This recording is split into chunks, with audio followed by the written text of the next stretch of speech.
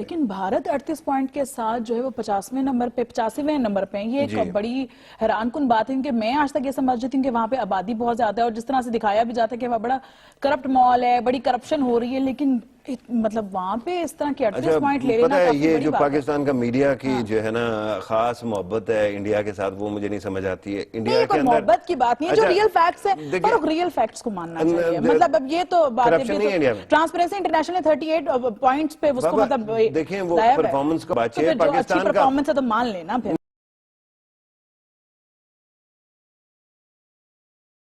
پاکستان کیا کر رہا ہے, سوال یہ ہے ہم کیا کر رہے ہیں آؤٹر سپیس میں؟ نہیں دیکھیں, پاکستان تو بہت پیچھے ہے نا, ہم تو آؤٹر سپیس میں کہیں پہ بھی نہیں ہے.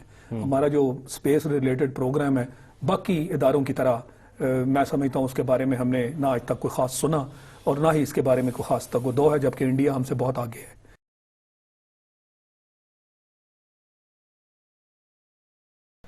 سلمان صاحب, آپ نے اسٹڈی بھی کیا ہوگا اس پورے معاملے کو. ہمسایہ ممالک میں دیکھیں, ترقی یافتہ ممالک میں بہتر آپشن کیا ہو سکتا ہے؟ آروز کسے ہونا چاہیے, یا یہ ایک پورا ڈیبیٹیبل ایشو ہے اور پھر اس کے لیے قانون بدلنا پڑے گا؟ واضح نہیں ہے کہ ہمارے ملک میں کیا ریٹائرڈ بیوروکریٹس کو آرو ہونا چاہیے جیسا کہ انڈیا میں ہے, یا جو دیگر ممالک ہیں, یورپ کے ممالک ہیں, وہاں تو خیر یہ دھاندلی کا ایشو ہوتا ہی نہیں. وہاں تو یہ بات تقریباً گمان سے باہر ہے کہ الیکشن میں دھاندلی ہو, غلط ووٹ ڈالے جائیں, تو وہاں کوئی بھی آرو ہو سکتا ہے.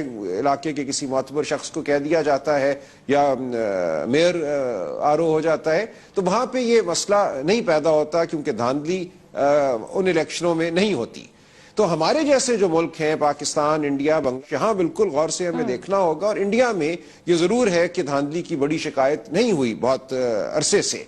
اب کیا وجہ ہے کہ وہاں دھاندلی کی شکایت نہیں ہوئی, ہمیں بہت غور سے انڈین سسٹم کو سمجھنا پڑے گا اور اس کا مطالعہ کرنا پڑے گا.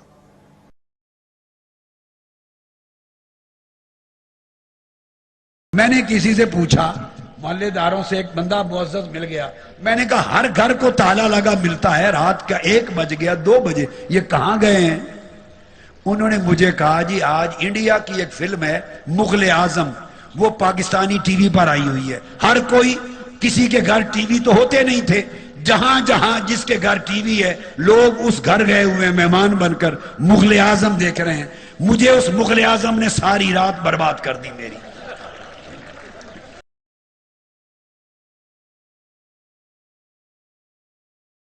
دیپک, میں آپ سے ایک آج یہ ٹاپک میں نہیں ہے, لیکن میں آج آپ کو ایک چیز ضرور کہوں گا کہ جب ہمارے پروڈیوسر آپ کے دلی گئے اور واپس جب یہ لوگ آئے ہیں, میں بتاتا ہوں آپ کو کہ انہوں نے جتنی آپ کی تعریف میں کروں اتنی کم ہے, بیکوز آپ لوگوں نے بہت ہاسپٹیلٹی دکھائی, ان کو بہت زیادہ ہاسپٹیلٹی دکھائی. اور آج آپ کا میسج لے کے ہر ٹیلی ویژن چینل پہ یہ لوگ جاتے ہیں اور کہتے ہیں کہ یار دیکھو کتنا ہمارے ساتھ اچھا برتاؤ کیا. دس از, جس طرح افتخار کہہ رہے ہیں اور کنڈی صاحب اور جنرل صاحب کہہ رہے ہیں, this is the kind of an attitude ہم دونوں کو آگے لے.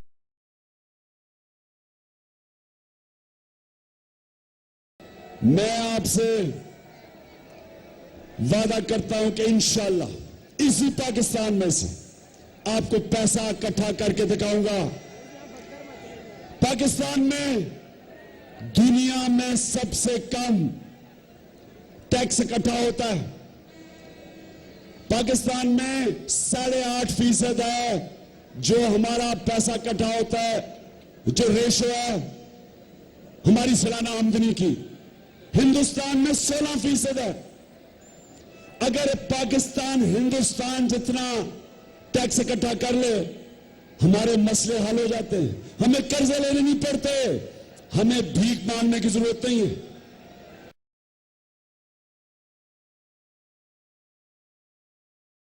کتنا افسوس ہے کہ ہمارے ملک کے اندر ہمیں جج حضرات کے اوپر بھی اتفاق نہیں ہے.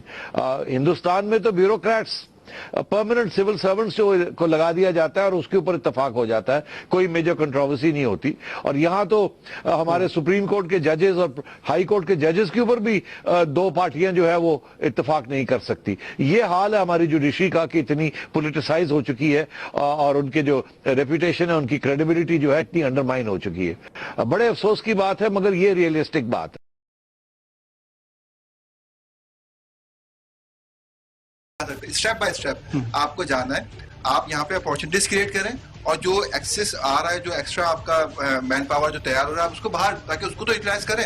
اس کو تو مطلب فروٹفل. دیکھیں انڈیا کیا کر رہا ہے, دیکھیں انڈیا کیا کر رہا ہے. انڈیا یہ کر رہا ہے کہ اپنا مین پاور جو ان کا باہر چلا گیا ہے, چائنا میں, مڈل ایسٹ میں, امریکہ میں, ان کو انسینٹیوائز کر رہا ہے کہ وہ دوبارہ آئیں. لیکن یہاں پر یہ نہیں ہو رہا نا. اس سے پہلے کیا کیا تھا انڈیا نے, اس سے پہلے کیا کیا تھا, ہم ابھی اس فیز میں جس میں انڈیا گزر چکا ہے. اس نے سب سے پہلے اپنے مین پاور کو تیار کیا, باہر سے ٹرین کروایا, باہر گئے, انہوں نے ٹریننگز لی, ایجوکیشن لیا, ایون پارشلی یہاں انڈیا میں لیا, پارشلی باہر جا کے لیا. اب وہ اس سسٹم کا مطلب حصہ بن چکے, ویل ٹرینڈ ہے. اب ان چیزوں کو وہ لے کے آ رہا ہے, ایز ایسٹ استعمال کر رہا ہے. ہمیں بھی اسی طریقے سے چلنا ہے. اور دوسری بہت زیادہ امپورٹنٹ چیز ہے,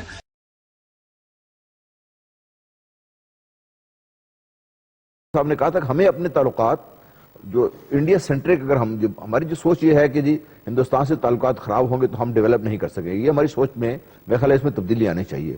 ہندوستان کے ساتھ تعلقات خراب کرنے کی بات نہیں ہے, ہندوستان کے ساتھ امن میں رہنا چاہیے, لیکن اپنے جو مفادات ہیں ان کی نگہداشت کے لیے, ان کو حاصل کرنے کے لیے جو کچھ بھی ہمیں کرنا چاہیے وہ ہمیں کرنا چاہیے.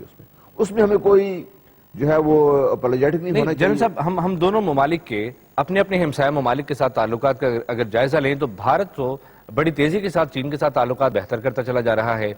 چین کا جو ٹریڈ والیوم ہے وہ بھی گزشتہ برسوں میں بھارت کے ساتھ بڑھا ہے. اور اگر پاکستان کی بات کی جائے تو پاکستان کا ایران کے ساتھ ایک گیس پائپ لائن کا معاہدہ تک پورا نہیں ہو پایا. افغانستان کے ساتھ تعلق بہتر کر کے ہم سینٹرل ایشین سٹیٹس تک نہیں پہنچ پائے. تو پھر بہتر کون موو کر رہا ہے؟ دیکھیے سچویشن وہاں پہ یہ ہے کہ چونکہ چائنا اس پوزیشن میں ہے دینے کے لیے, تو چائنا کا ٹریڈ انڈیا کے ساتھ بہت بہتر ہے. باقی جہاں تک تعلق ہے پاکستان کا, یس میں یہ سمجھتا ہوں جیسا بیگم صاحب نے فرمایا تھا, ایران کے ساتھ ہمارے وہ ریٹنٹس نہیں ہیں, ایران کے ساتھ ہمارا کشمیر کا مسئلہ نہیں ہے, یا ایران کا پاکستان کا مسئلہ یہ نہیں ہے. افغانستان کے ساتھ ہمارا جو مسئلہ ہے وہ مسئلہ یہ ٹیررزم کا ہے, اس کو ہم قابو پا لیں گے تو افغانستان سے الفاظ کی حد تک گڈی گڈی ہے یا تعلقات بہتر نہیں ہے, وہ تو ایک الگ معاملہ ہے. پریکٹیکل گراؤنڈز پر ہم دیکھتے ہیں کہ $70 بلین کا ٹریڈ والیوم چین اور بھارت کا ہے. پاکستان اور چین کا اگر دیکھا جائے تو وہ صرف $8 بلین ہے.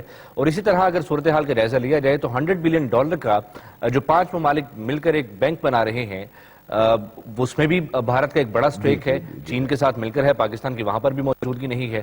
پریکٹیکل گراؤنڈز پر پاکستان کہاں سٹینڈ؟ دیکھیں وہی آپ سے عرض کر رہا تھا نا کہ بھارت نے اپنے آپ کو اس پوزیشن میں لے آئے ہیں, اتنی بڑی اس کی جو انڈسٹری ہے, اتنی بڑی جو اکانومی ہے, اس پوزیشن میں اپنے آپ کو لے آئے ہیں وہ لوگ. کمزوری ہماری ہے. یہ میں جو پہلے سے ہی کہہ رہا ہوں کہ ہمیں اپنے گھر کو پہلے ٹھیک کرنا ہوگا اندر سے. ہمارے اپنے جو معاملات ہیں, چاہے وہ سیاسی معاملات ہیں, چاہے وہ ہمارے معاشی معاملات ہیں, ہمیں ان کو ٹھیک کرنا ہوگا.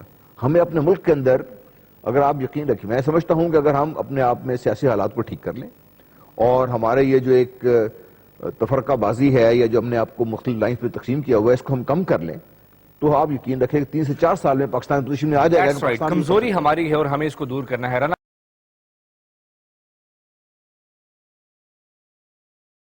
میں ایک اور بیان دیتا ہوں. عمران صاحب کل یا پرسوں گیا ہے مودی سڈنی میں, اس نے کوئی 30-40 ہزار لوگوں کے سٹیڈیم بھرا ہوا تھا کہ پیسے واپس لاؤ, واپس آؤ, سرمایہ کاری لاؤ انڈیا میں, میڈ ان انڈیا بنو, میڈ ان انڈیا کی تحریک چلائی ہے. ایک آدمی نے بھی وہاں نہیں کہا کہ گو مودی گو. نہیں یہ کیسے کریں گے؟ اس نے شرم سے یہ نہیں کہا کہ میں چائے بیچا تھا.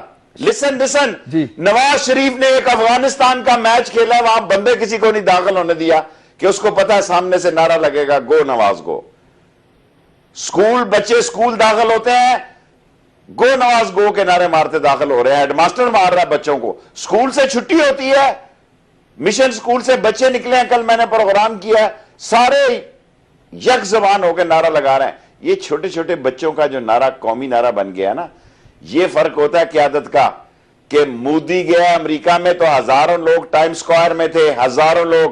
مودی گیا سڈنی میں تو 40-50 ہزار لوگ اس سٹیڈیم میں تھے جنہوں نے یہ سرمایہ کاری واپس لینے کے لیے. آپ جاتے ہیں تو وہی 2-4 کن ٹوٹے اور 2-4 ایسے ہی تھکے ہوئے لوگ